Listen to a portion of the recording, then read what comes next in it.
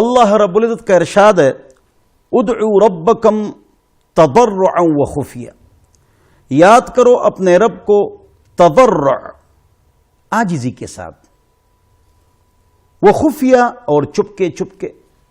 دعا آہستہ ہے، سکون سے ہے، اپنی اپنی دعا ہے۔ دعا بعض اوقات میں اجتماعی ٹھیک ہے، ویسے دعا انفرادی چیز ہے۔ رجوع الی اللہ، باکو و الا فتباکو، رو یا رونے کی صورت بناؤ۔ حضرت ابو ہریرہ رضی اللہ عنہ سے روایت ہے۔ اور نماز کے بعد دعا زیادہ قبول ہوتی ہے، فرض نماز کے بعد۔ ای دعائے اسمع، کون سی دعا زیادہ سنی جاتی ہے؟ تو حضور اکرم صلی اللہ علیہ وسلم نے فرمایا فرض نماز کے بعد۔ امام بخاری نے باب باندھا ہے باب رفع الایدی فی الدعاء، دعا میں ہاتھ اٹھاؤ تو ہاتھ اٹھانا ہے، چہرے کے سامنے، دونوں کے درمیان فاصلہ۔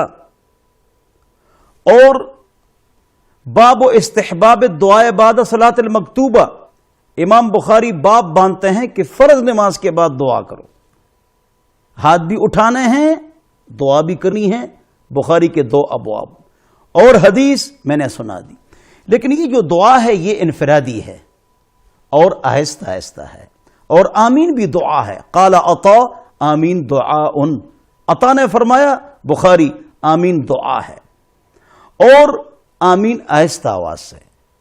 حضور اکرم صلی اللہ علیہ وسلم نے کبھی کبھی اونچی آواز سے آمین کہی ہے، وما اراہ الا لیعلمنا۔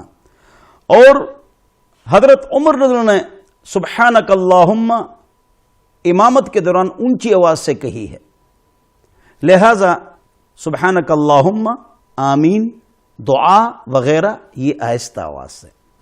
قبر کے اوپر جو دعا ہے، جنازہ پڑھنے کے بعد قبر کے اوپر جو دعا ہے وہ بھی ٹھیک ہے، مردے کے لیے دعا انفرادی، آہستہ، قبلے کی طرف منہ کر کے، توجہ سے۔ میت کے لیے تثبت کی دعا کہ ابھی سوال جواب ہونے والے ہیں، یہ اس میں ثابت قدم رہے۔